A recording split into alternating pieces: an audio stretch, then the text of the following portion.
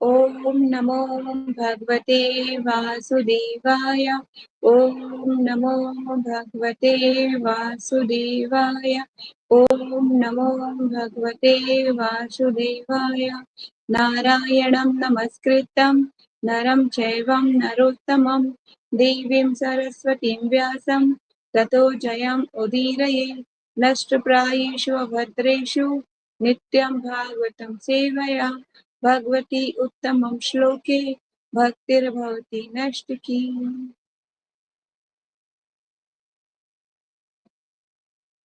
हरे कृष्ण। तो हमने क्या क्या पढ़ा, थोड़ा सा रिवीजन कर लेते हैं। मतलब अब तक के जो नोट्स बने हैं आप तक, आप सबके कंप्लीट हो गए, सबके यहाँ तक के नोट्स, यशी नोट्स कंप्लीट हो गए चैप्टर नंबर 2 तक। जस्ट के रहते हैं। तो हमने लास्ट क्लास में क्या पढ़ा था, थोड़ा सा रिवीजन कर लेते हैं।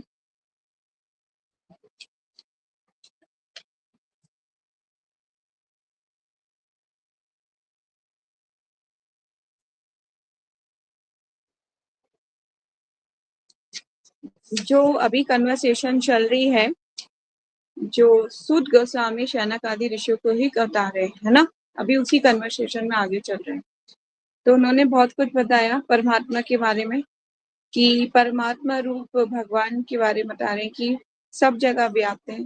जिस तरह काष्ठ के भीतर अग्नि व्याप्त रहती है, इसी प्रकार यद्यपि वे एक व अद्वितीय हैं, वे अनेक प्रकार से दिखते हैं। ठीक है। तो इस तरह से भगवान अलग अलग, इस दूसरे कॉन्टेक्स्ट में जो हमने लास्ट पढ़ा था वो ये था कि इस प्रकार सारे ब्रह्मांडों के स्वामी देवताओं, मनुष्य तथा निम्न पशुओं से अवस्थित सारे ग्रहों का पालन पोषण करने वाले हैं। वे अवतरित होकर शुद्ध सत्वगुण में रहने वालों के उद्धार हेतु लीलाएं करते हैं। ठीक है, आगे चलते हैं। चैप्टर नंबर 3, समस्त अवतारों के स्रोत। इसको भागवतम के नोट्स को बहुत सीरियसली बनाइएगा। ठीक है, आगे चलते। सूत उवाच, समस्त अवतारों के स्रोत कृष्ण। सूत उवाच, जाग्रे पुरुषं रूपं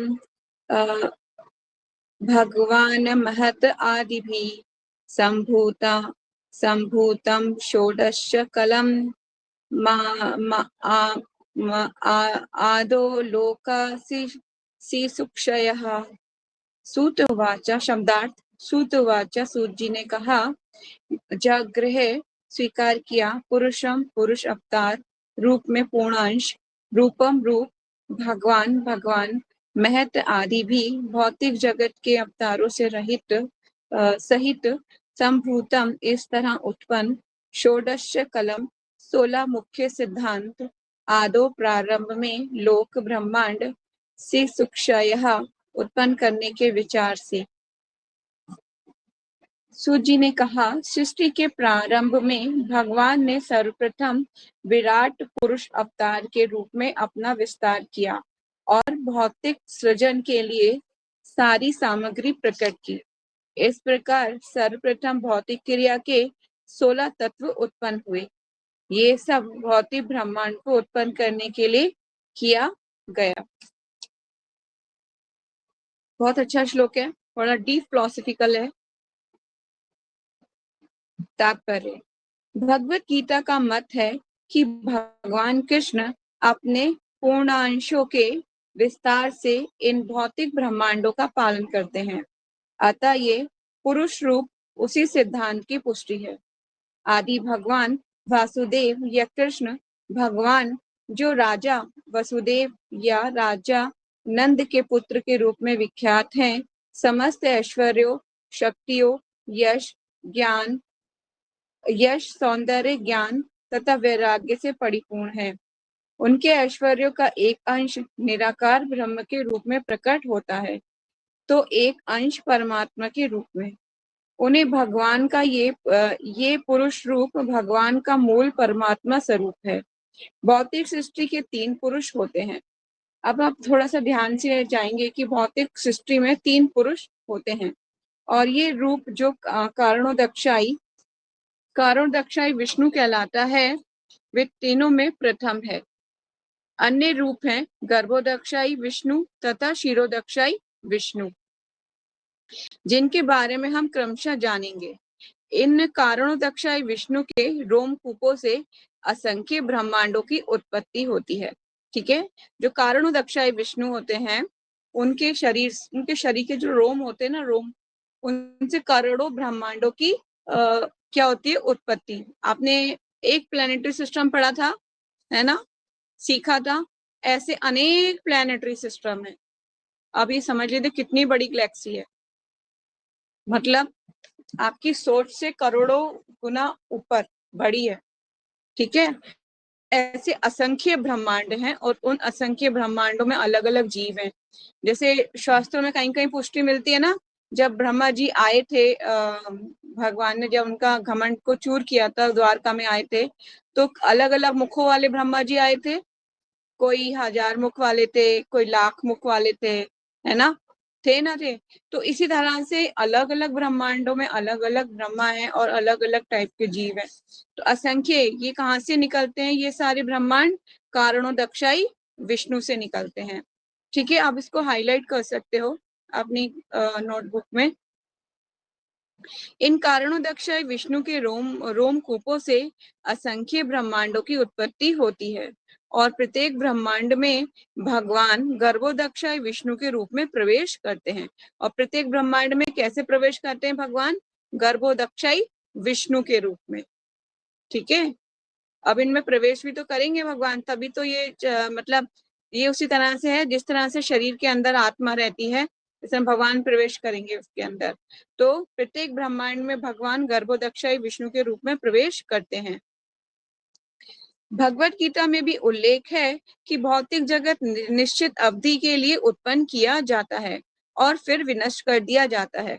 ठीक है, एक निश्चित अवधि होती है, पर काल की गणना, जैसे हमने कई बार सुना भी है, अलग अलग लोकों में अलग अलग तरह की काल की गणना है। ठीक है, तो भगवत गीता में भी उल्लेख है कि भौतिक जगत निश्चित अवधि के लिए उत्पन्न किया जाता है और फिर विनष्ट कर दिया जाता है। ये सृजन तथा संहार बद्ध जीवों या नित्य बद्ध जीवों के कारण भगवान की इच्छा से किया जाता है। नित्य बद्ध जीवों में विरक्तिक भाव या अहंकार होता है, जो उन्हें इंद्रिय भोग का आदेश देता है, क्योंकि स्वाभाविक रूप से उन्हें ये भोग नहीं मिल सकते। भगवान ही एकमात्र भोक्ता है, शेष सब भोग्य हैं। भगवान कौन है? इंजॉयर, और हम सब कौन से? इंजॉयड। ठीक है, मतलब भोक्ता कौन है? भगवान है, सुप्रीम इंजॉयर भगवान ही है, परम भोक्ता। और हम कौन है? भोग्य हैं, भोग करने योग्य। ठीक है, और जीव पराधीन भोक्ता है। लेकिन नित्य बद्ध जीव इस स्वाभाविक अवस्था को भूल जाने के कारण ही भोग की दृढ़ इच्छा रखता है। भोग की दृढ़ इच्छा कैसे रखते हैं हम? हमें लगता है मेरे एंजॉय के लिए है सब कुछ। ठीक है ना, मैं सब कुछ एंजॉय करने, मेरे एंजॉय के लिए है। सारी अच्छी से अच्छी चीज संसार की सब उसको मैं खुद एंजॉय करूंगी, है ना, ऐसा लगता है ना कि सब कुछ मेरे लिए है। बद्ध जीवों को भौतिक जगत में पदार्थ को भोगने का अवसर दिया जाता है, किंतु इसके साथ ही साथ उन्हें अपना वास्तविक स्वरूप समझने का भी अवसर प्रदान किया जाता है। ये पैराग्राफ आप हाईलाइट कर सकते हो, इट्स वेरी इंपॉर्टेंट, कि यहाँ पर आप आए हो तो आपको क्यों आने दिया गया है और आपको करना क्या है, सब कुछ यहाँ पे डिटेलिंग में बता रहे हैं प्रभुपाद जी। तो बद्ध जीवों को भौतिक जगत में पदार्थ को भोगने का अवसर दिया जाता है, किंतु इसके साथ ही साथ उन्हें अपना वास्तविक स्वरूप समझने का भी अवसर प्रदान किया जाता है। और जो जीव इतने भाग्यशाली होते हैं कि भौतिक संसार में अनेकानेक जन्मों के बाद इस सत्य को ग्रहण करके वासुदेव के चरण कमलों की शरण में जाते हैं। ठीक है, वो भाग्यशाली जीव कौन होते हैं? जिन्हें भगवान के भक्त मिलते हैं और जो भगवान के नाम का जप करते हैं, वो भाग्यशाली जीव है। तो आप बहुत फॉर्चुनेट हो कि आपको भगवान के पवित्र नाम का जप करने को मिलता है। ठीक है। वे नित्य मुक्त जीवों के साथ भगवान के धाम में प्रवेश करने के अधिकारी होते हैं। वे नित्य मुक्त जीवों के साथ, जैसे हमने पढ़ा भी था कि नित्य मुक्त जीव कौन से होते हैं, उनके साथ भगवान के धाम में प्रवेश करने के अधिकारी होते हैं। गुरु जो है आपको ले जाएंगे, है ना, गुरु ले जाते हैं ना, बताया था आपको मैंने, भगवान के धाम ले जाते हैं गुरु। जब आप गुरु के इंस्ट्रक्शन को सीरियसली फॉलो करते हैं और गुरु की आज्ञाओं का पालन करते हैं सीरियसली, तो वो नित्य मुक्त हैं। तो नित्य मुक्त जीवों के साथ भगवान के धाम में प्रवेश करने के अधिकारी हो जाते हैं। इसके पश्चात ऐसे भाग्यशाली जीवों को समय समय पर सृजित तथा भौतिक सृष्टि में आने की आवश्यकता नहीं पड़ती। किंतु जो जीव स्वाभाविक सत्य को ग्रहण नहीं कर पाते, मतलब जो सत्य है उसको ग्रहण नहीं कर पाते, वे इस सृष्टि के प्रलय के समय महतत्व में पुनः मिल जाते हैं। जब पुनः सृष्टि होती है तो ये महतत्व पुनः उन्मुख होता है। इस महतत्व में भौतिक प्रकृति की सारी सामग्री विद्यमान होती है, जिनमें बद्ध जीव भी सम्मिलित रहते हैं। मूलतः ये महतत्व 16 अंशों में विभक्त किया जाता है। इसको आप हाईलाइट कर लीजिए। महतत्व कई जगह पे प्रभुपाद जी कोट करेंगे, तब आपको समझने में प्रॉब्लम नहीं आएगी। महतत्व मतलब भौतिक जो पूरी जो गैलेक्सी है ना, और 24 तत्व जिससे मनुष्य बना है मिलके, और पूरी भौतिक प्रकृति, सब कुछ महतत्व में आता है। ठीक है, आगे हम 24 तत्वों के बारे में पढ़ेंगे ना, तो उसमें महत सबसे इम्पोर्टेंट होता है महतत्व। चलिए आगे चलते हैं।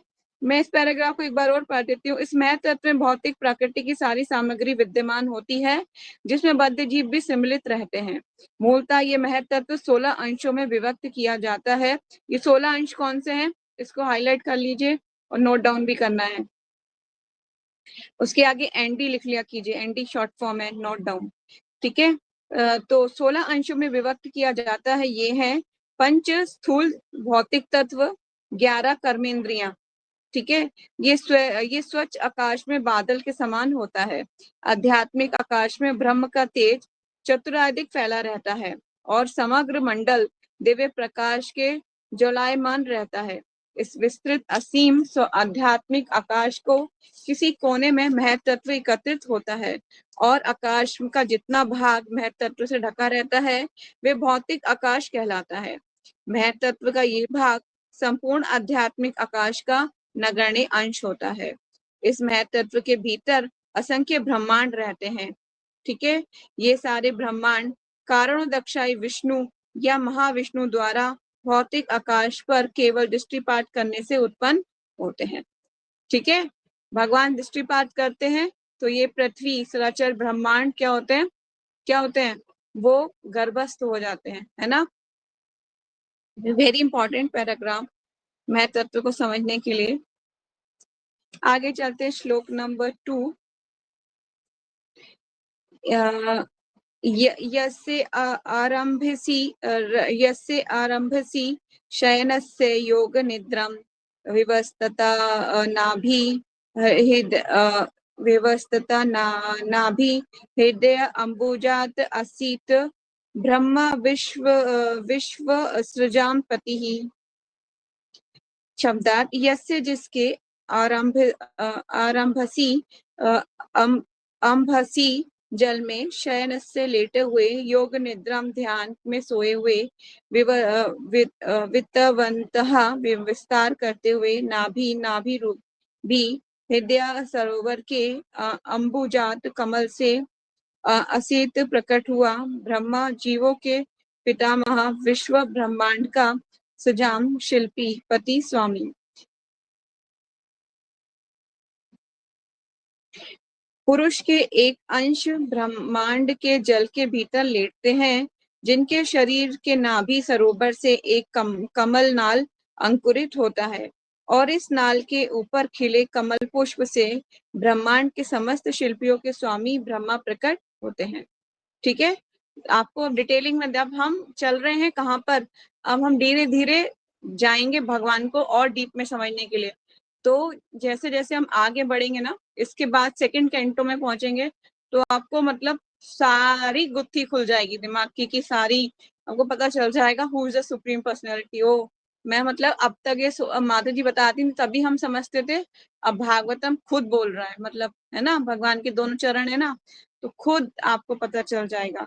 तो प्रभु ये इसको श्लोका का मीनिंग बहुत डीप है कि भगवान अब योग निद्रा में अभी भी जो नेक्स्ट मंथ जून में 7 या 8 को पांडव निर्जला एकादशी होगी, इसे शयन एकादशी भी कहते हैं।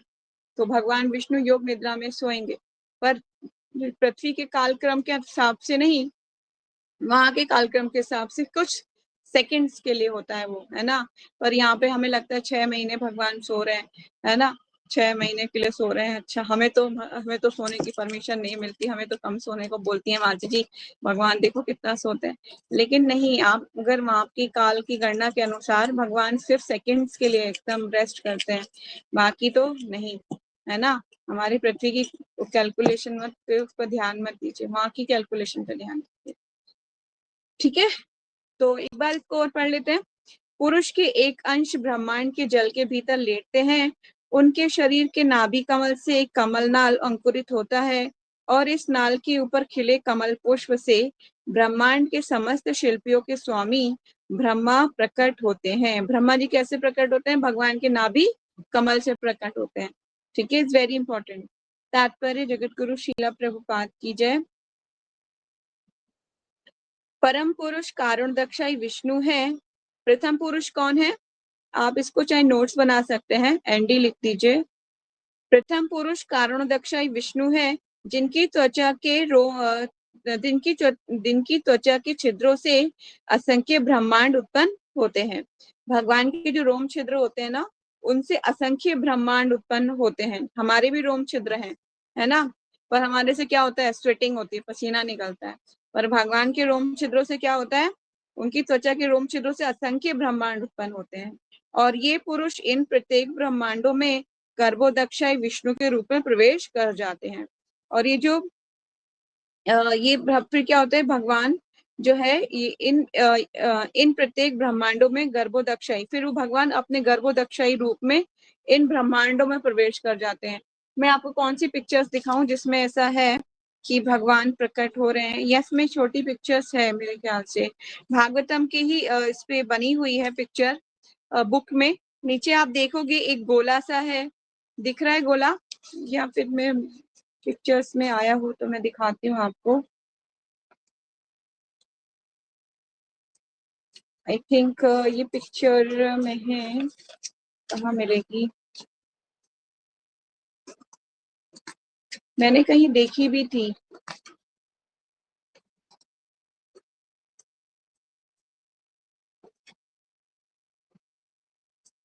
अभी तो नहीं है, कोई बात नहीं। ये भागवतम के फर्स्ट कैंटो में ही एक नीचे आप देखिए ना, भगवान विष्णु है ना, और असंख्य गोले गोले दिख रहे होंगे ब्रह्मांड, दिख रहे हैं? दिख रहे हैं ना? उनमें प्रत्येक में भगवान विष्णु है और उन ब्रह्मांडों में भी गर्भोदक्षाई विष्णु जो है प्रवेश कर जाते हैं, ठीक है। और वे आधे ब्रह्मांड में लेटे हुए हैं और उनके शरीर के जल से जो उनके शरीर के जल से भर जाता है। इन गर्भोदक्षाई विष्णु की नाभि से एक कमल नाल निकलता है। किनकी नाभि से निकलता है? सबकी नाभि से नहीं। किसकी नाभि से? गर्भोदक्षाई विष्णु की ही नाभि से क्या निकलता है? एक कमल नाल निकलता है, जो ब्रह्मा का जन्म स्थल है। ब्रह्मा जी समस्त जीवों के पिता हैं और ब्रह्मांड के सुघड़ अभिकल्पना एवं संचालन में लगे समस्त देवताओं तथा शिल्पियों के स्वामी हैं। इस कमलनाल के भीतर ग्रह मंडल के 14 लोक हैं, ठीक है। इस जो कमलनाल है, ये जो कमलनाल है भगवान की, इसमें ग्रह मंडल के कौन से लोक हैं? 14 लोक हैं, जिसका वर्णन हमने पहले पढ़ा था, है ना। 14 प्लैनेटरी सिस्टम पढ़े थे ना हमने, 14 लोक, है ना। तो ये 14 लोक यहाँ पर इसमें रहते हैं, भगवान की कमलनाल के भीतर ग्रह मंडल के 14 लोक हैं, जिनमें से पृथ्वी तथा वैसे ही अन्य ग्रह मध्य में स्थित हैं। पृथ्वी भी मध्य में स्थित है और ग्रह भी, और आके ग्रह भी मध्य में स्थित है। इसके ऊपर और उत्तम ग्रह मंडल है, मतलब इससे ऊपर जाएंगे तो उच्च लोक होते हैं, है ना। जनलोक, महलोक, तपालोक, है ना, सत्यलोक, ब्रह्मलोक, इस तरह से, ठीक है। इसके ऊपर और उत्तम ग्रह मंडल हैं और सबसे ऊपरी लोक ब्रह्मलोक या सत्यलोक कहलाता है। पृथ्वी ग्रह मंडल के नीचे की ओर 7 पृथ्वी के नीचे है ना, पृथ्वी मिडिल में है, जिसमें अभी हम बैठे हुए हैं, जब पृथ्वी लोक इसके ये मिडिल में है, 7वां माला है ये। कहते ना कौन से माले पे रहते हो, कोई तीसरे पे रहता है, कोई चौथे पे रहता है, ये 7वें माले पे हम रहते हैं, 7th फ्लोर पे रहते हैं। नीचे के जो फ्लोर है, बाकी के जो 6 फ्लोर नीचे के हैं, वो कैसे हैं, नीचे के लोग हैं, अतल पितल सुतल, इस तरह से आएंगे, फिर पाताल लोक है ना, इस तरह से नीचे के लोक हैं। तो पृथ्वी ग्रह मंडल के नीचे 7 की ओर 7 अधोलोक हैं, अधोलोक मतलब नीचे के लोक हैं, जिनमें असुर तथा अन्य ही ऐसे भौतिकतावादी जीव निवास करते हैं। जिनमें कौन कौन कौन निवास करता है, असुर और भौतिकतावादी और जीव निवास करते हैं। ठीक है, सूतल लोक में रहते हैं जो बलि महाराज सूतल लोक में आज भी रहते हैं। ठीक है, आगे वर्णन आएगा भागवतम में। गर्भोदक्षाय विष्णु से शिरोदक्षाय विष्णु का विस्तार होता है। देखिए ध्यान से सुनिए, गर्भोदक्षाय विष्णु से शिरोदक्षाय विष्णु का विस्तार होता है, जो समस्त जीवों के सामूहिक परमात्मा है। वे हरि कहलाते हैं। कौन कहलाते हैं वे, वो हरि कहलाते हैं, और उन्हीं से ब्रह्मांड के सारे अवतारों का विस्तार होता है। ठीक है, पहले कारणोदक्षाय विष्णु से गर्भोदक्षाय विष्णु, और गर्भोदक्षाय विष्णु से क्षीरोदक्षाय विष्णु। क्षीरोदक्षाय विष्णु सबके हृदय में जो निवास करते हैं, वो क्षीरोदक्षाय विष्णु होते हैं। ठीक है, सबके हृदय में निवास करने वाले परमात्मा वो क्षीरोदक्षाय विष्णु है, और उन्हें क्या कहते हैं, हरि कहते हैं, और उन्हीं से ब्रह्मांड के सारे अवतारों का विस्तार होता है। Very important, you can mark, highlight and इसको आप नोट डाउन भी कर सकते हो, क्योंकि बेसिक नॉलेज यहाँ पे आपकी बिल्ड करेगा, आगे जाके समझ में इजी आएगा फिर। अतएव निष्कर्ष ये निकला कि पुरुष अवतार 3 रूपों में प्रकट होते हैं। भगवान के जो पुरुष अवतार हैं, वो 3 रूपों में प्रकट होते हैं। पहले कारणोदक्षाय विष्णु, जो महतत्व में समग्र भौतिक तत्वों को उत्पन्न करते हैं। दूसरे, आप इसको एनडी लिख लीजिए, नोट डाउन करना है, यहाँ पर डिटेलिंग में लिया गया है। पहले कारणोदक्षाय विष्णु है, जो महतत्व में समग्र भौतिक तत्वों को उत्पन्न करते हैं। दूसरे गर्भोदक्षाय विष्णु है, जो प्रत्येक ब्रह्मांडों में प्रवेश करते हैं। और तीसरे क्षीरोदक्षाय विष्णु है, जो प्रत्येक भौतिक पदार्थ, चाहे वे जीव हो या अजीव हो, सबके परमात्मा है। जो व्यक्ति भगवान के इन रूपों को जानता है, वे ईश्वर को ठीक से समझता है। इस तरह का ज्ञाता जन्म मृत्यु तथा जरा या व्याधि के भौतिक स्थिति से मुक्त हो जाता है, जैसा कि भगवत गीता में भी पुष्टि हुई है। इस श्लोक में महाविष्णु के विषय में सारांश दिया गया है। महाविष्णु अपनी मुक्त इच्छा से आध्यात्मिक आकाश के कुछ भाग में लेटे रहते हैं। इस तरह वे कारण सागर में लेटे हुए प्रकृति पर दृष्टि फेरते हैं। किस पर दृष्टि फेरते हैं भगवान, प्रकृति पर दृष्टि फेरते हैं। कहाँ लेटे हुए, कारण सागर में। कारण सागर कहाँ है, बिल्कुल नीचे है, नीचे की तरफ है। अभी हम पढ़ेंगे ना, हमने पढ़ा था ना 14 प्लैनेटरी सिस्टम, उसमें पहले कारण सागर था ना, नीचे सबसे नीचे कारण सागर था। ठीक है, तो इस तरह वे कारण सागर में लेटे हुए पृथ्वी पर दृष्टि फेरते हैं, जिससे तुरंत महत्त्व की सृष्टि होती है। इस प्रकार से भगवान की शक्ति से विद्युत उन्मेषित होकर प्रकृति अनेक ब्रह्मांडों को जन्म देती है। जिस प्रकार समय आने पर वृक्ष में असंख्य फल लग जाते हैं, वृक्ष का बीज बोने वाला किसान होता है, और समय पाकर वृक्ष या लता अनेक फल प्रकट होते हैं। कोई भी घटना किसी कारण के बिना नहीं घटती, इसीलिए कारण सागर कारणव कहलाता है। हमें मूर्खतावश सृष्टि, ये जो कारण कहलाता है ये भी इंपॉर्टेंट है, आपको एक लाइन में इसको आंसर में लिखना पड़ेगा। हमें मूर्खतावश सृष्टि में नास्तिकतावादी सिद्धांत को स्वीकार नहीं करना चाहिए। भगवत गीता में नास्तिकों का वर्णन हुआ है। नास्तिक सृष्टा पर विश्वास नहीं करता, किंतु वे सृष्टि का कोई अच्छा सिद्धांत भी नहीं दे सकता। भौतिक प्रकृति में पुरुष के बिना सृजन की की सृजन करने की शक्ति नहीं है। जिस प्रकार की प्रकृति अर्थात स्त्री पुरुष के बिना अर्थात नर से संबंध स्थापित किए बिना शिशु उत्पन्न नहीं कर सकती, पुरुष गर्भधान करता है और प्रकृति प्रसव करती है। इसी प्रकार बकरे के गले में लगी मसाल थैली से दूध की आशा नहीं की जा सकती, यद्यपि वे स्तन जैसी लगती है। इसी प्रकार हमें भौतिक तत्वों से किसी प्रकार की सृजनात्मक शक्ति की आशा नहीं करनी चाहिए। हमें पुरुष की शक्ति में विश्वास करना चाहिए, जो प्रकृति का गर्भधान करने वाले हैं। जैसे मैंने पहले भी बताया है, भगवान दृष्टिपात करते हैं तब ये प्रकृति गर्भस्थ होती है और अनेक जीवों की उत्पत्ति होती है। ठीक है। जो प्रकृति का गर्भधान करने वाले हैं, चूंकि भगवान की इच्छा ध्यान मगन होकर लेटने की थी, अतः भौतिक शक्ति ने तुरंत असंख्य ब्रह्मांड उत्पन्न कर दिए और इनमें से प्रत्येक में भगवान लेट गए। इस प्रकार भगवान की इच्छा से तुरंत ही सारे ग्रह तथा विभिन्न सामग्री उत्पन्न हो गई। भगवान में अनंत शक्तियां हैं, अतः वे इच्छा अनुसार अपनी योजना पूरी करते हुए कार्य कर सकते हैं। यद्यपि वे स्वयं कुछ नहीं करते, ना तो कोई उनके तुल्य है, ना उनसे बढ़कर। यही वेदों का निर्णय है। Is very important, last line is very important कि यद्यपि वे स्वयं कुछ नहीं करते, ना तो कोई उनके तुल्य है, ना उनसे कोई बढ़कर है। यही क्या है? वेदों का निर्णय है। हमारे शास्त्रों का निर्णय यही है कि भगवान से बढ़कर कोई कुछ भी नहीं है, ना ही को उनके तुल्य कोई भी नहीं सकता। ये तो पॉसिबल ही नहीं है ना। और जीवात्मा की तो इतनी मिसाल ही नहीं है कि वो ये सोचे कि वो भगवान बन गया हो। लेकिन मूर्खता हमें ऐसा लगता है कि मैं सब कुछ करने पूर्ण स्वतंत्र हूँ, है ना, मैं भगवान बन चुका हूँ। बहुत से लोग ऐसे होते हैं जो ऐसा सोचते हैं। आगे चलते हैं, श्लोकास नंबर 3। समझ में आ रहा है ना सब कुछ? अगर नहीं आ रहा तो you can ask after class, है ना।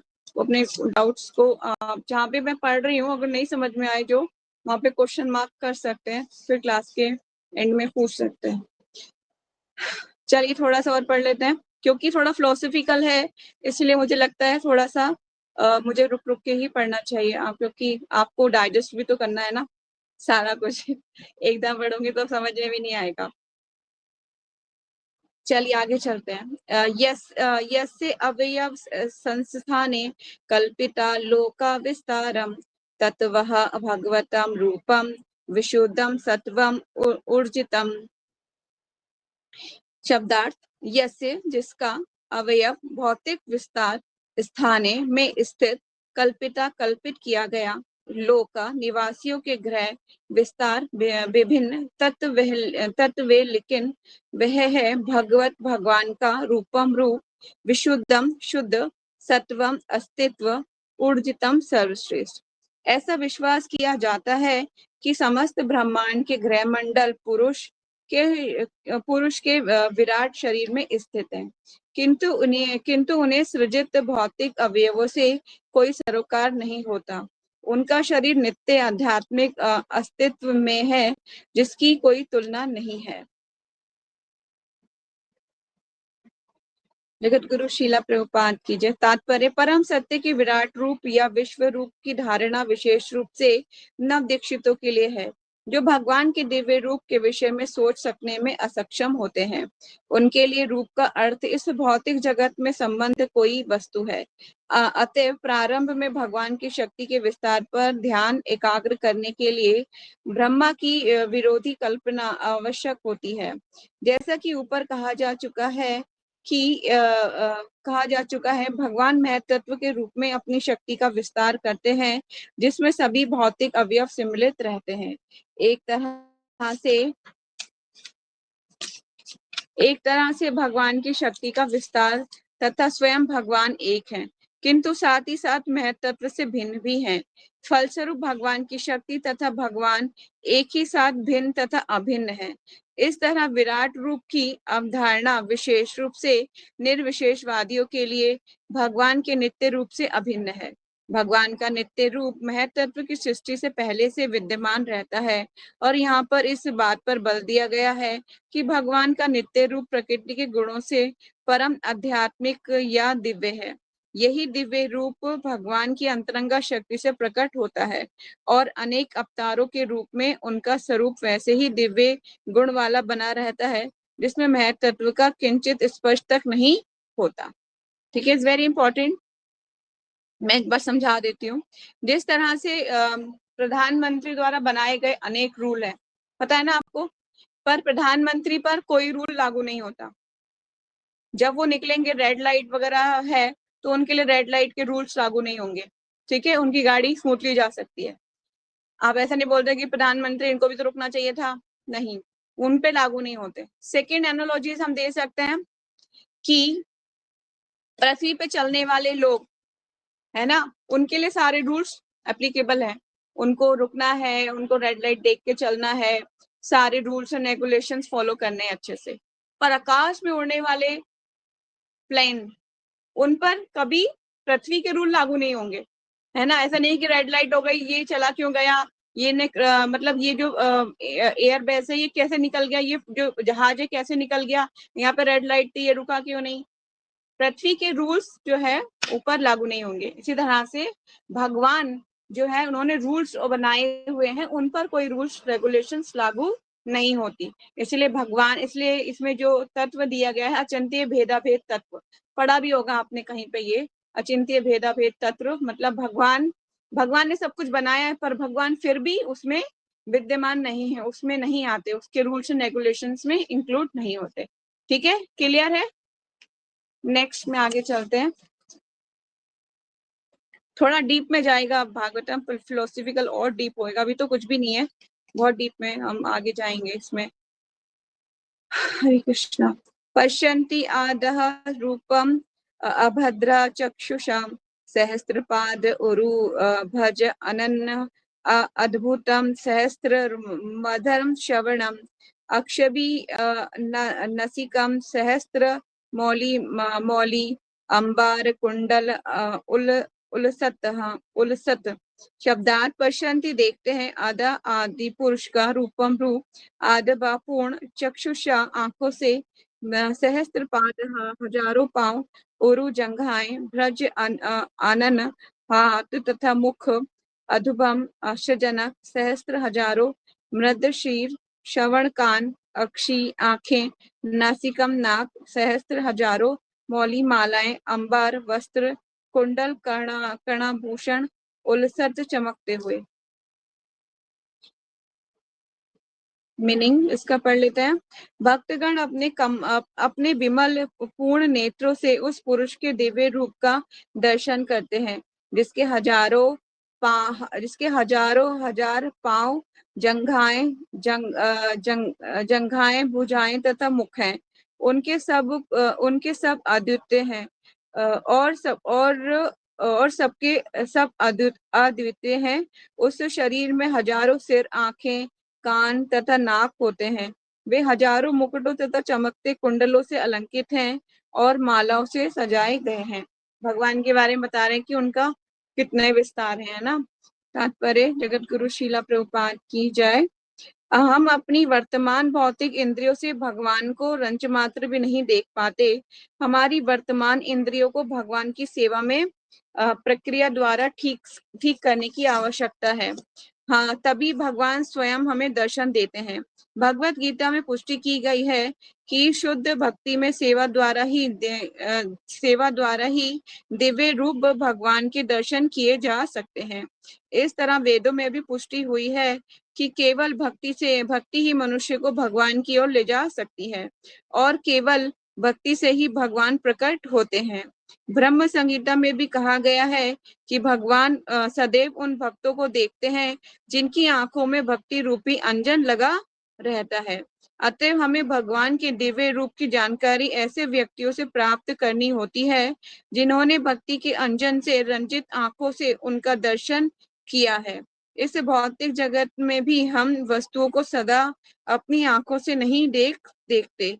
कभी कभी हम उन लोगों के अनुभव से देखते हैं जिन्हें उन्हें पहले से देखा है या कुछ काम किया है।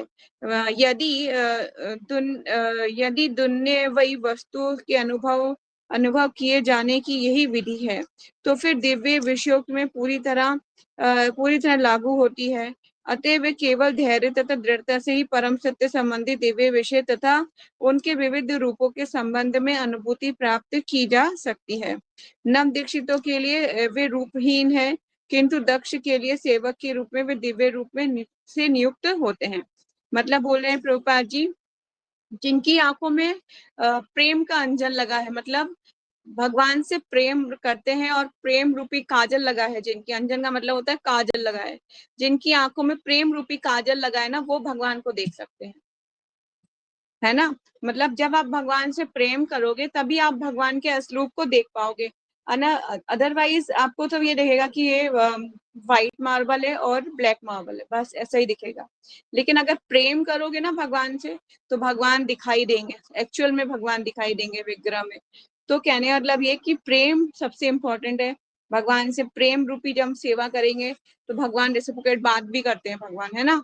तो वो बहुत दयालु हैं। अगर प्रेम करोगे उनसे, जिस तरह से बहुत सी स्टोरीज भी हैं ऐसी, मैंने भक्तों के रियलाइजेशंस भी हैं कि उन्होंने भगवान को दूध भी पिलाया है ना, कटोरी से भगवान दूध भी पी रहे हैं, ऐसे भी बहुत सी स्टोरीज है, सुना है। और हमारे प्यारे राधा रमन जी का आज प्राकट्य उत्सव है, तो राधा रमन जी भी बहुत ही प्रेम के कारण ही उत्पन्न हुए थे, है ना। गोपाल भट्ट गोस्वामी के विग्रह हैं, तो प्रेम के कारण उन्होंने प्रेम अपनी शालिग्राम शिला को जो है मतलब बहुत प्रेम किया, और वो पूछ रहे थे कि कब भगवान मेरे पास आपके ये वस्त्र हैं, पर आप तो वस्त्र पहन ही नहीं सकते, शिला कैसे वस्त्र पहनेगी। तो फिर नरसिंह चतुर्दशी के दिन हमारे प्यारे राधा रमन जी प्रकट हो गए थे शालिग्राम शिला से, है ना। तो वो बहुत सुंदर विग्रह है भगवान के, और वो बिल्कुल परफेक्ट हैं, और कभी कभी भगवान के दांत भी दिखते हैं, है ना। तो बहुत और यहाँ तक कि आज मैं सुन रही थी लेक्चर में, तो बता रहे थे कि जो वहाँ का स्टैंडर्ड है ना भक्ति का, वो बहुत हाई है। मतलब भगवान के अगर हम विग्रह को भोग लगाना होता है तो हम तो डायरेक्ट दे देते हैं, लेकिन वहाँ पे राधा रमन जी अपने डाइनिंग रूम में जाके प्रसाद पाते हैं। राधा रमन जी उठते हैं वहां से, वो विग्रह को लेके जाते हैं, वो अपने डाइनिंग रूम में जाके प्रसाद पाते हैं। तो कहने का मतलब ये है कि भगवान जो है भक्त प्रेम, है ना, प्रेम बहुत इंपॉर्टेंट है। प्रेम के द्वारा ही तो भगवान रेसिप्रोकेट करते हैं। और उनके दांत भी आप देखोगे ना, उनकी अलग अलग पिक्चर्स में कभी कभी दांत भी दिखते हैं भगवान के। और जो पुजारी हैं वो उनकी सेवा रात को जब इत्र लगाते हैं, सुलाते हैं, तो वो कहते हैं कि उनके शरीर इतना ऐसा लगता है कि हम छोटे से बच्चे को, कोमल सा छोटा सा बच्चा है, उसको हम सहला रहे हैं, ऐसा फीलिंग होता है उनको। तो मतलब ये शालिग्राम शिला से उत्पन्न हुए भगवान तो कोई मजाक नहीं है। और आज जो हमें दिखते हैं विग्रह, तो मतलब समझ लीजिए आप बहुत फॉर्चुनेट हो, बहुत फॉर्चुनेट सोल हो कि आपको भगवान के दर्शन हो पाते हैं, है ना।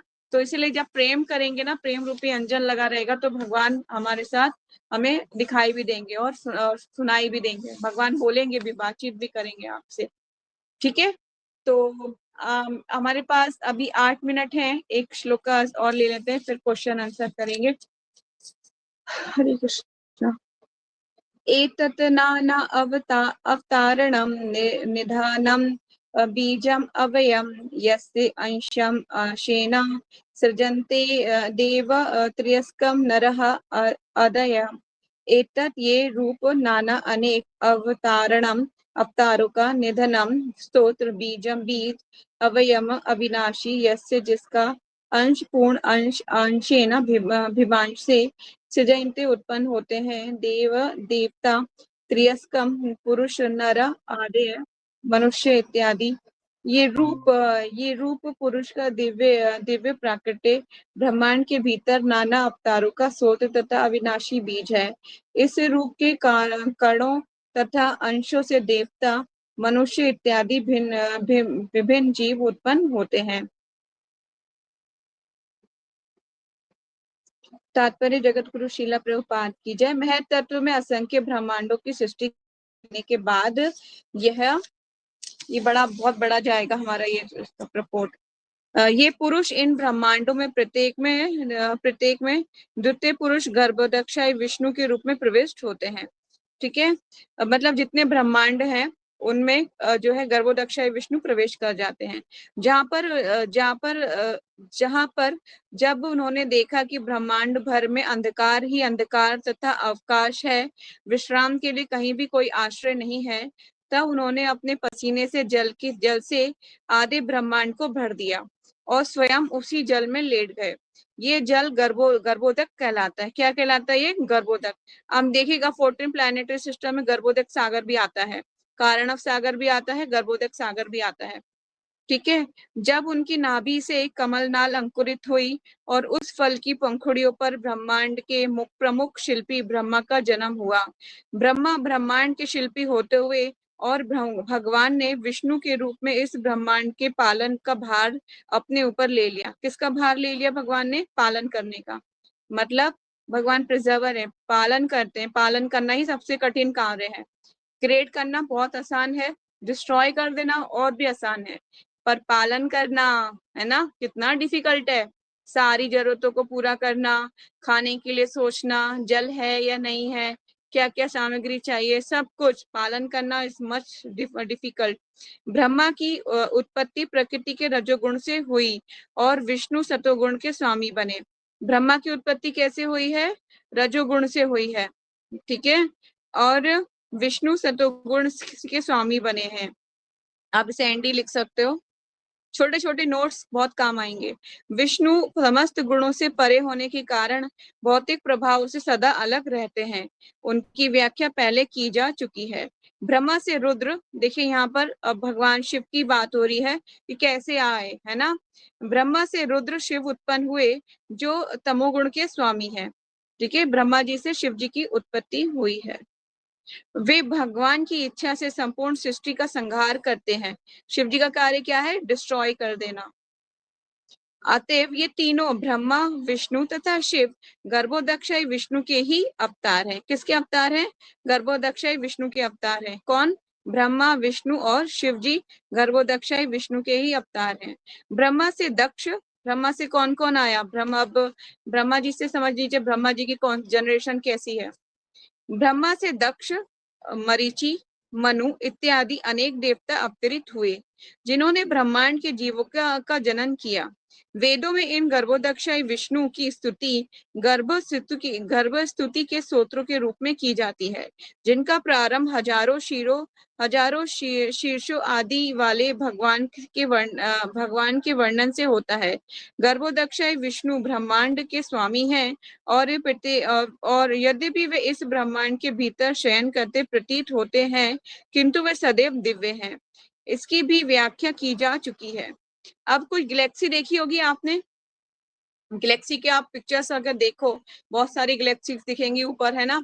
और उन कभी कभी ये नासा ने भी डाला था, एक बार मैंने देखा था जो है इंटरनेट पे देखा था कि नासा ने भी एक पिक्चर डाली थी जिसमें भगवान विष्णु शयन कर रहे हैं। ऐसी एक पिक्चर थी, क्लियर नहीं थी, पर ऐसा उनको आइडेंटिफाई हुआ था कि समवन इज कुछ लेटा हुआ है, कुछ मतलब गैलेक्सी में कोई लेटा हुआ है, ऐसा उनको एक पिक्चर्स थी। तो उन्होंने लिखा हुआ है नीचे, आप कभी देखो तो आप सर्च कर सकते हो, तो वहां पे लिखा हुआ है कि कोई है यहाँ पर जो लेटी हुई अवस्था में है।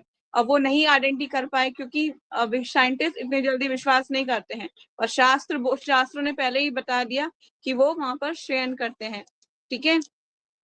तो वेदों में इन गर्भोदक्षाय विष्णु की स्तुति गर्भस्तुति के स्तोत्र के रूप में की जाती है, जिनका प्रारंभ हजारों शीरों वाले भगवान विष्णु के वर्णन से होता है। गर्भोदक्षाय विष्णु ब्रह्मांड के स्वामी हैं।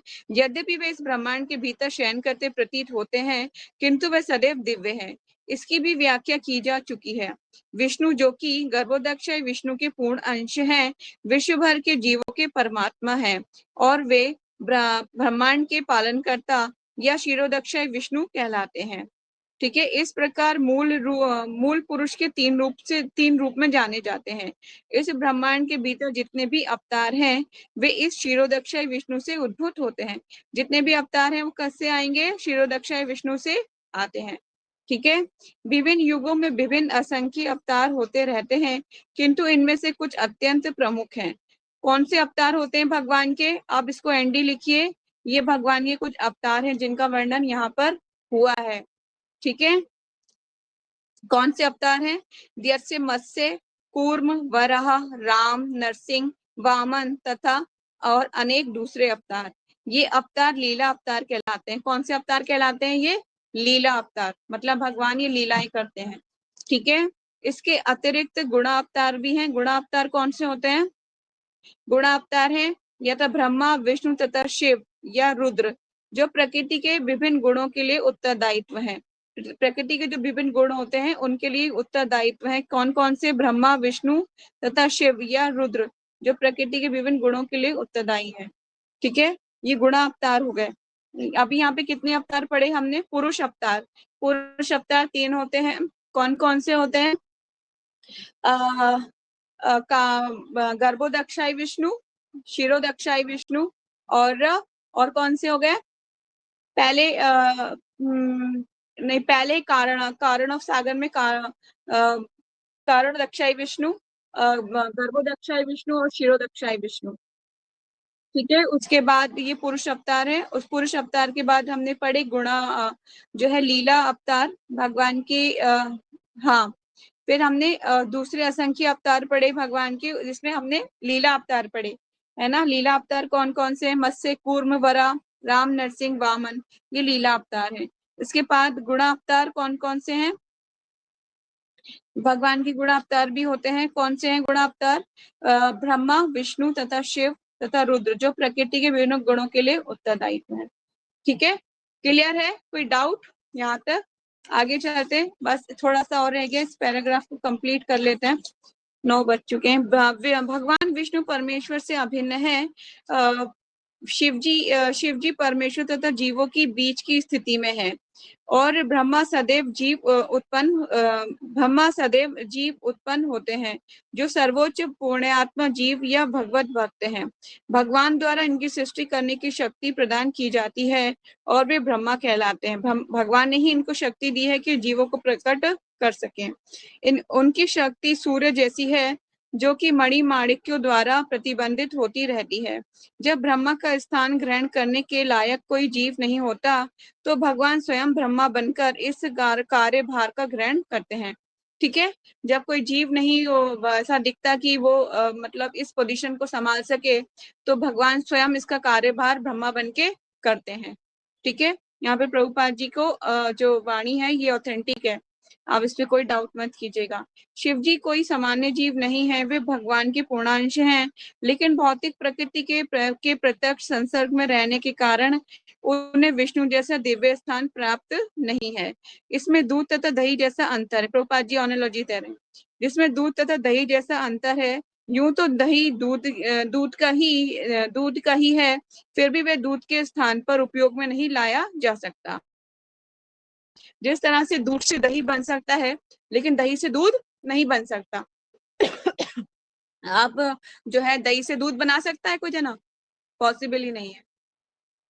दूध से दही बन सकता है, पर दही से दूध बन ही नहीं सकता, क्योंकि एक बार प्रकृति के संसर्ग में आ गया, तो जैसे वहां पे बताया गया है कि लेकिन शिव जी कोई सामान्य जीव नहीं है, वे भगवान के पूर्णांश हैं, लेकिन भौतिक प्रकृति के प्रत्यक्ष संसर्ग में रहने के कारण उन्हें विष्णु जैसा दिव्य स्थान प्राप्त नहीं है, जिसमें दूध तथा दही जैसा अंतर है। यूं तो दही दूध ही है, फिर भी वे दूध के समान उपयोग में नहीं लाया जा सकता। इसके बाद मनुओं के अवतार होते हैं। मनु अवतार हो गए। अब मनुओं के अवतार भी लिख सकते हैं, ये भी इंपॉर्टेंट है। मनु अवतार एनडी। मनु अवतार ब्रह्मा के जीवन के एक दिन में हमारे 100 वर्षों की गणना के अनुसार, जब हमारे 100 वर्ष बीत जाएंगे, तब मनु की गणना के अनुसार क्या होगा? 43 लाख 43 करोड़ होगा मेरे ख्याल से। 43 लाख साल है, 4-5 जीरो है। 43 लाख डिवाइडेड बाय 100 वर्ष में 14 मनु होते हैं। ब्रह्मा के जो एक दिन होता है, ब्रह्मा की जो पूरी आयु में 14 मनु होते हैं, एक दिन में नहीं, 14 पूरी आयु में। यहाँ पे 100 वर्ष है ना, आगे 100 वर्ष लिखा हुआ है, तो ब्रह्मा की एक आयु में 14 मनु होते हैं। इस प्रकार ब्रह्मा के एक मास में 442 मनु तथा ब्रह्मा के एक वर्ष में 5040 मनु होते हैं। ब्रह्मा की आयु 100 वर्ष की है, अतः ब्रह्मा के जीवन में 5040 डिवाइडेड बाय 100 या 5,04,000 मनु होते हैं। ब्रह्मा की संख्या अनगिनत है। तो ब्रह्मा के एक दिन, सॉरी मैं 1000 हो गया, ब्रह्मा के एक दिन में 14 मनु होते हैं, एक दिन में, ठीक है, माय मिस्टेक। ब्रह्मा के एक दिन में 14 मनु होते हैं, तो पूरी लाइफ में कितने हो गए? 5,04,000 मनु हो गए। ब्रह्मा की संख्या अनगिनत है। इनमें से प्रत्येक में एक एक ब्रह्मा होते हैं और ये सब पुरुष के श्वास लेने और छोड़ने के जितने समय में उत्पन्न तथा विनष्ट हो जाते हैं। अतएव कल्पना की जा सकती है कि पुरुष की एक श्वास काल में कितने लाखों मनु होते होंगे। इस प्रकार इस ब्रह्मांड के प्रत्येक इस प्रकार के प्रथम मनु इस प्रकार हैं। इस ब्रह्मांड के प्रथम मनु कौन है? एंडी नाउ नोट डाउन करना, ये स्वयंभू मनु इस ब्रह्मांड के प्रथम मनु है। मनु के रूप में यज्ञ सुरोचित मनु, यहाँ पे दूसरे मनु का नाम दिया गया है। पहले है स्वयंभू मनु, दूसरे सुरोचित मनु के रूप में, और फिर विभु उत्तम मनु के रूप में, और सत्यसेन तामस मनु और के रूप में हरि रेवत मनु, रेवत मनु के रूप में वैकुंठ चक्षुषा मनु के रूप में अर्जित व्यवस्थित मनु के रूप में वामन। इनके मतलब यहाँ पर क्या लिखा है? इन मनुओं के काल में ये भगवान के अवतार होते हैं। ठीक है, दोबारा पढ़ रही हूँ मैं इस पैराग्राफ को। इस ब्रह्मांड के मनु इस प्रकार है। स्वयंभू मनु के रूप में मतलब यज्ञ की प्रधानता होती है। सुरोचित मनु के रूप में विभु और उत्तम मनु के रूप में सत्यसेन, तामस मनु के रूप में हरि, रेवत मनु के रूप में वैकुंठ, चक्षुषा मनु के रूप में अजित, व्यवस्थित मनु के रूप में वामन, वर्तमान युग में व्यवस्थित मनु के अधीन है। मतलब हम जिस उसमें रह रहे हैं उसमें व्यवस्थित मनु जो है वो देख रहे हैं इसको। ठीक है, व्यवस्थित मनु के रूप में, वर्तमान में व्यवस्थित मनु के अधीन है। स्वाणीन मनु के रूप में सार्वभौम, दक्ष सर्वाणीण मनु के रूप में ऋषभ, ब्रह्म सर्वाणीण मनु के रूप में विक्षुसेन, धर्म सर्वाणीण मनु के रूप में धर्म सेतु, और रुद्र सर्वाणीण मनु के रूप में सुधर्मा, देव सर्वाणीण मनु के रूप में योगेश्वर, और इंद्र सर्वाणीण मनु के रूप में बहद भानु। ये 14 मनुओं में एक समुच्चय के नाम है, जो यहाँ पे मतलब बहुत लंबी गणना दी गई है। आई थिंक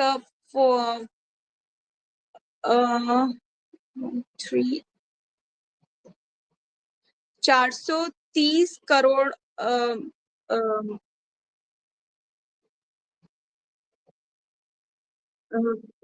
ज्यादा है, मतलब इससे भी मतलब बड़ी गणना है। आई कांट रीड दिस, इस वो मेरी मच बहुत बड़ी है। इट इज इसको मतलब 430 बिलियन ट्रिलियन क्या बोलेंगे इसको, बहुत बड़ी गणना है ना। इतने इतने वर्षों का काल पूरा करते हैं ये 14 मनु। इज सो मच, मतलब मतलब इंसान की सोच से करोड़ों गुना ऊपर है, नहीं सोच सकता इतनी बड़ी डिजिट जिसमें कितने जीरो हैं। I think 3 to 5 and 7 8 zero है। तो मतलब लगा लीजिए 430 करोड़, 30 करोड़ वर्षों का काल है।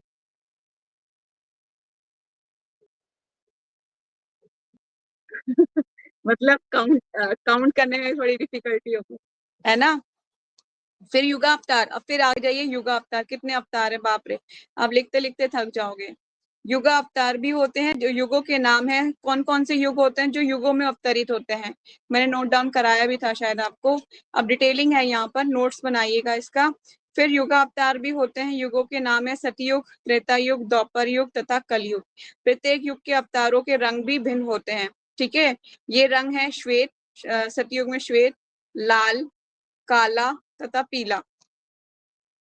द्वापर युग में भगवान कृष्ण काले रंग में प्रकट हुए और कलयुग में चैतन्य महाप्रभु पीले रंग में प्रकट हुए। ठीक है, तो यहाँ पर भगवान अलग अलग युगों में अलग अलग रंगों में प्रकट होते हैं। इस प्रकार शास्त्रों में भगवान के समस्त अवतारों का उल्लेख मिलता है। किसी भी धूर्त के लिए अवतार बनने की गुंजाइश नहीं है, क्योंकि ये अवतार का उल्लेख शास्त्रों में रहता है। कोई भी अवतार अपने को ईश्वर का अवतार घोषित नहीं करता, अपितु ऋषिगण शास्त्रों में उल्लेखित लक्षणों के आधार पर उन्हें स्वीकार करते हैं। शास्त्रों में अवतारों के लक्षणों तथा उनके द्वारा संपन्न होने वाले विशेष संदेश कार्य भी का भी उल्लेख रहता है। प्रत्येक अवतारों के अतिरिक्त असंख्य शक्तावेश अवतार, यहाँ पे शक्तावेश आ गया, शक्तावेश अवतार होते हैं जिनके इनका इनका भी प्रामाणिक शास्त्रों में उल्लेख रहता है। ऐसे अवतारों के प्रत्यक्ष तथा अप्रत्यक्ष दोनों प्रकार की प्राप्त रहती है। जब उन्हें प्रत्यक्ष शक्ति मिलती है तो वे अवतार कहलाते हैं, किंतु जब उन्हें अप्रत्यक्ष शक्ति मिलती है तब वे विभूतियां कहलाती हैं। तो अवतार में और विभूतियों में आपको अंतर पता चल जाएगा। ठीक है, इसको भी नोट डाउन करना है। प्रत्यक्ष शक्तावेश अवतार में कुमारगण, प्रत्यक्ष शक्तावेश अवतार में कौन कौन आता है? मतलब जब मैंने नोट्स बनाए थे ना, तो मेरे दिमाग में ऐसा बम ब्लास्ट हो रहा था कि मुझे समझ नहीं आता कि मैं कहाँ से शुरू करूं, कौन सा मतलब लिखूं कहाँ से और खत्म कहाँ करूं, क्या मैं पूरा भागवतम में लिख डालूं क्या? मतलब इस तरह से पूरा मतलब मैं बहुत ज्यादा डिप्रेस्ड हो रही थी। फिर मुझे किसी ने सजेस्ट किया, you can note down point two point, only one line answer, ताकि आपकी अंडरस्टैंडिंग समझ सके उस चीज को। तो मैंने सारे अवतार लिखे, उन अवतारों के नीचे लीला अवतार, पुरुष अवतार, शक्तावेश अवतार, इन अवतारों के नीचे इनकी डिटेलिंग थोड़ी सी लिखी कि ये अवतार ये अवतार ये होते हैं, ये अवतार ये होते हैं। ठीक है, बाकी के लिए तो भागवतम आपको खोलना पड़ेगा डिटेलिंग में जाने के लिए। तो विभूति अवतार और अवतार आपको पता चल गए। प्रत्येक शक्तावेश अवतारों में कुमारगण, नारद, पृथु, शेष अनंत आदि हैं। यहाँ तक कि विभूति का भी संबंध है। इनका स्पष्ट वर्णन भगवत गीता में विभूति योग अध्याय में हुआ है। ऐसे समस्त प्रकार के अवतारों के स्रोत कौन है? गर्भोदक्षय विष्णु। मतलब सब कुछ करने के बाद मेड फॉर कौन? Vishnu, made by Vishnu. ठीक है, गर्भोदक्षाय विष्णु। सब कुछ भगवान के द्वारा ही बना हुआ है। आप कहीं पे भी जाओ, कुछ भी सोचो कि सब कुछ कहाँ से आया, इसके सारे स्रोत भगवान है। बस इतना समझ लोगे, यही बहुत है। ठीक है, एनी क्वेश्चन, एनी डाउट?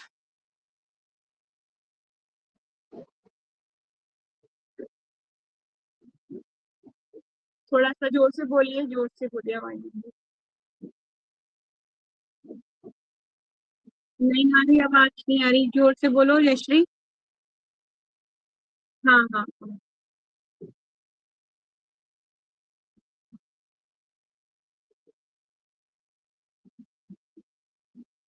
हाँ।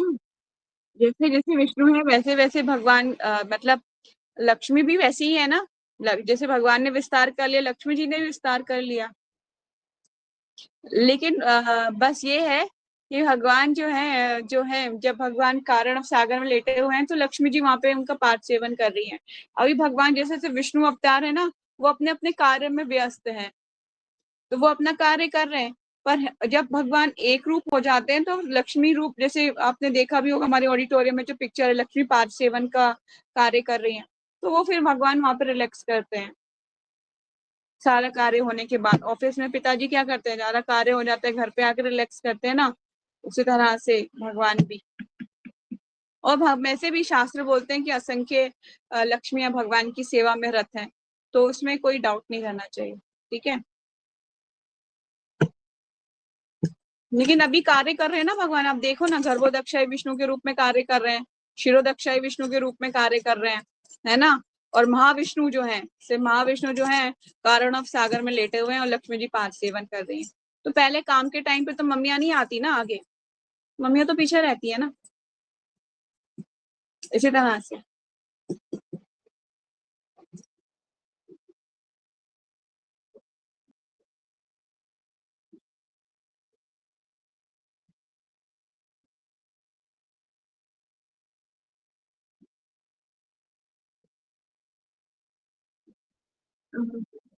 आपकी ना वॉइस थोड़ा सा समझ नहीं आया, आपने क्या बोला, कम भी आ रही है आवाज।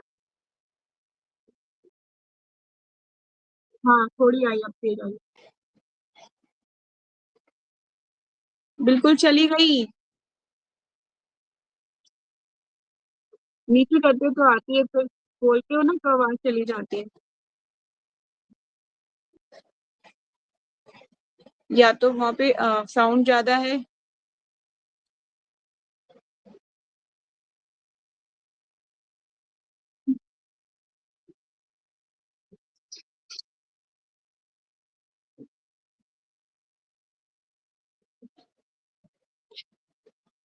अब भगवान का एक अंश की तो बात की जाएगी ना, कि भगवान के एक अंश से ये उत्पन्न हुआ। भगवान का पूरा शरीर की जरूरत नहीं है, भगवान तो बहुत शक्तिशाली है ना। तो उनके एक अंश तो उनकी एक ही बोला जाएगा उसको। कहाँ पर पढ़ा था आपने, कौन से पैराग्राफ में है?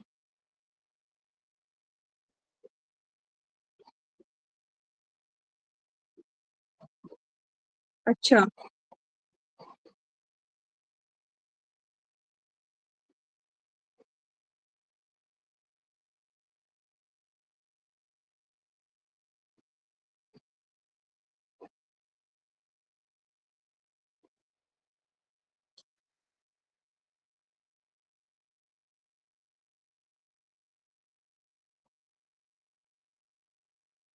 पहला पैराग्राफ है।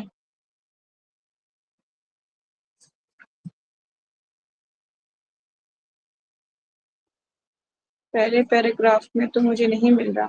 प्रथम कारणोदक्षाय विष्णु के रोम छिद्रों से असंख्य ब्रह्मांड उत्पन्न होते हैं, और ये इन प्रत्येक ब्रह्मांडों में गर्भोदक्षाई विष्णु के रूप में प्रवेश कर जाते हैं, और आधे ब्रह्मांडों में लेटे हुए भी उनके शरीर के जल से भर जाता है। इन गर्भोदक्षाई विष्णु की नाभि से एक कमलनाल निकलता है, जो ब्रह्मा का जन्म स्थान है। इसमें ही है क्या?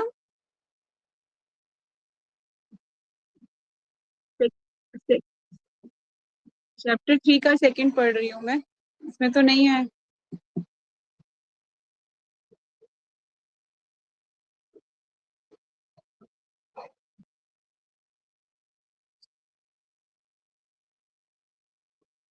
अच्छा, श्लोक के मीनिंग में लिखा हुआ है, पुरुष की एक अंश ब्रह्मांड के जल के भीतर लेटे हैं। पुरुष मतलब भगवान को हाईलाइट किया गया है ना, भगवान को बताया गया है। पुरुष को, उनको परम पुरुष भगवान ही तो है। भगवत गीता बोलती है कि एक ही पुरुष है, सिर्फ मात्र एक पुरुष है, बाकी सारी स्त्रियां हैं, प्रकृति है। अब आपको अंडरस्टैंडिंग करनी पड़ेगी, भगवत गीता का आप निकालोगे भूमिका, उसमें साफ साफ लिखा है कि एक पुरुष है, बाकी सारी स्त्रियां हैं। स्त्री मतलब जो भगवान जैसे गर्भ देखते हैं, जैसे भगवान ने पृथ्वी को देखा तो गर्भस्थ किया है ना। महतत्व, यहाँ पे महतत्व को प्रभुपाद जी ने महतत्व वर्ड यूज किया हुआ है, महतत्व ही है। महतत्व को जैसे देखा, भौतिक ब्रह्मांड की बात हो रही है, जैसे उसको देखा तो उसको गर्भस्थ किया, और फिर अनेक जीवों की उत्पत्ति हुई। ठीक है ना।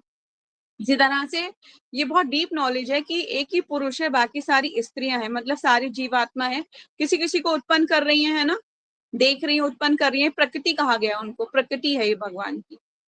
तो एक ही पुरुष है, शास्त्रों के हिसाब से एक पुरुष है, मात्र एक पुरुष। बाकी सारी उनकी प्रकृतियां हैं, भगवान से उत्पन्न हुई हैं सारी। सारी देखो, ब्रह्मा भी भगवान से उत्पन्न हुए हैं, शिव भी भगवान से उत्पन्न हुए हैं, है ना। फिर आगे की और जनरेशन, ब्रह्मा से फिर मनु, है ना, दक्ष प्रजापति, ये सारे 14 मनु और सारे कुछ, सब सब फिर सारी प्रकृति तो हुई। और ये मेल और फीमेल का जो अट्रैक्शन है, ये ब्रह्मा जी द्वारा बनाया गया है, ताकि जो है पृथ्वी में संचालन सही से बना रहे। लेकिन देखा जाए तो पुरुष का और स्त्री से कोई मतलब अट्रैक्शन होना नहीं चाहिए, पर ब्रह्मा जी ने इसका बनाया हुआ है इस तरह से। लेकिन ना अगर आप डीप में जाओगे तो अगर आप ये सोचो, ये भी तो स्त्री है, ये भी स्त्री है, मतलब पूरी भौतिक प्रकृति स्त्री रूपी है, वो भी जीवों की उत्पत्ति कर रही है। भाई स्त्री और एक मतलब दो लोगों को मिला के अगर आप किसी जीवात्मा की उत्पत्ति हो रही है, बस इतना समझ लीजिए। पर है भी तो वो भी प्रकृति ना, प्रकृति फॉर्म है। तो प्रकृति इज अ फीमेल फॉर्म में है ना, फीमेल फॉर्म में है। पर यहाँ पे आके जेंडर, ब्रह्मा जी ने जेंडर अलग अलग कर दिए, स्त्री और पुरुष कर दिए। तो वो इसलिए किए कि क्रिएटर मतलब क्रिएट्स होती रहे, एक से दो, दो से चार, पांच से छह, इस तरह से। ठीक है। जैसे परम पुरुष एक ही है, भगवान ही पुरुष है, कहते हैं ना एक ही पुरुष है प्रकृति। भगवत गीता में आपको बता सकती हूँ मैं, कौन सा पढ़ना है आपको समझ में आ जाएगा। भगवत गीता भूमिका जैसे आप खोलेंगे ना, इसको अगर डीप में पढ़ना है, समझना है, तो मैं आपको बता देती हूँ। भूमिका खोलेंगे आप तो आपको कहाँ मिलेगा, ये मैं बताती हूँ। मेरी वाली बुक में तो जैसे ही आप कहाँ पे आगे बढ़ेंगे, मंगलाचरण से आगे बढ़ेंगे भूमिका में, और आगे बढ़ने के बाद मेरे में 14 नंबर पेज पर है, जिसमें यहाँ पे बताया गया है कि सारी जो प्रकृति है वो क्या है, जितनी भी सृष्टि है वो प्रकृति है। जितने भी सृष्टि में जो चीजें दिखती हैं वो सारी प्रकृति है, भगवान के द्वारा रचित है। तो आप भगवत गीता को भी इसको देख सकते हो। ठीक है। और एक ही पुरुष है, मात्र एक पुरुष है, वो है भगवान विष्णु कृष्ण। क्लियर है? Any more doubt?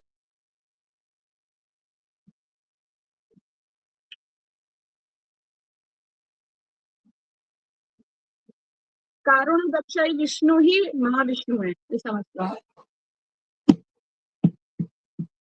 आगे जाके प्रभुपाद जी बोलेंगे महाविष्णु कारण और रक्षाई विष्णु, महाविष्णु कारण दक्षाई विष्णु, महाविष्णु का जिक्र आएगा आगे जाके। ठीक है। तो कारण दक्षाई विष्णु ही महाविष्णु है। उनसे ही कारण दक्षाई विष्णु से गर्भोदक्षाई आ रहे हैं, गर्भोदक्षाई से क्षीरोदक्षाई आ रहे हैं। और जो क्षीरोदक्षाई हैं विष्णु, वो मतलब सब जीवात्माओं के हृदय में निवास कर जाते हैं, है ना। बहुत छोटी फॉर्म में निवास कर जाते हैं सबके हृदय में, सारी जीवात्माएं, सारी की सारी।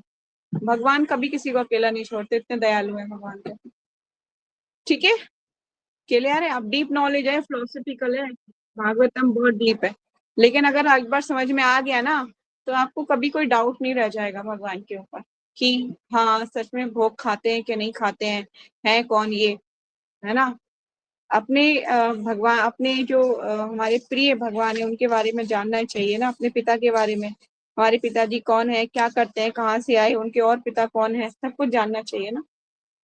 आपकी इच्छा भी होगी, जैसे हम बहुत छोटे छोटे होते हैं ना।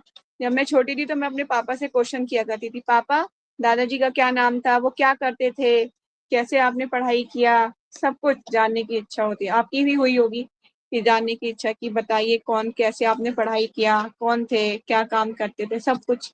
इस तरह से हमें भी हमारे जो मूल मतलब जो हमारे स्पिरिचुअल फादर हैं, भगवान हैं, उनके बारे में जानना तो प्रथम जीवात्मा का कर्तव्य बनता है कि उनके बारे में जाने। वो नित्य प्रतिदिन हर क्षण आपकी देखभाल करते हैं, है ना। हर समय आपको जानते हैं। जो कोई नहीं जानता जितना आपको, उतना आपसे ज्यादा जानते हैं। वो आपका भूत भविष्य वर्तमान सब जानते हैं। यहाँ तक कि वो आपको ये भी जानते हैं आप पिछले योनि में कहाँ पे थे, कौन से योनि में थे, सब कुछ जानते हैं। ठीक है। तो हम आज यहीं पढ़ेंगे, वाइंड अप करते हैं, कल कंटिन्यू करेंगे। वांछा कल्पा तरुभ्यक्ष कृपा सिंधु वचा पतितानां पावनेभ्यो वैष्णवेभ्यो नमो नमः। अनंत कोटि वैष्णव भक्त विंद की जय, नामचार्य दास ठाकुर की जय, जगत गुरु श्रील प्रभुपाद की जय, ग्रंथ राज श्रीमद् भागवतम की जय, निताई गौर सीतानाथ प्रेमानंदे, हरि हरि बोल। Hare Krishna, thank you for joining. और प्लीज जिनके पास भागवतम नहीं है, please I request again and again, please buy Bhagavatam first canto. ठीक है। हरे कृष्णा प्रीति माता जी, नताशा।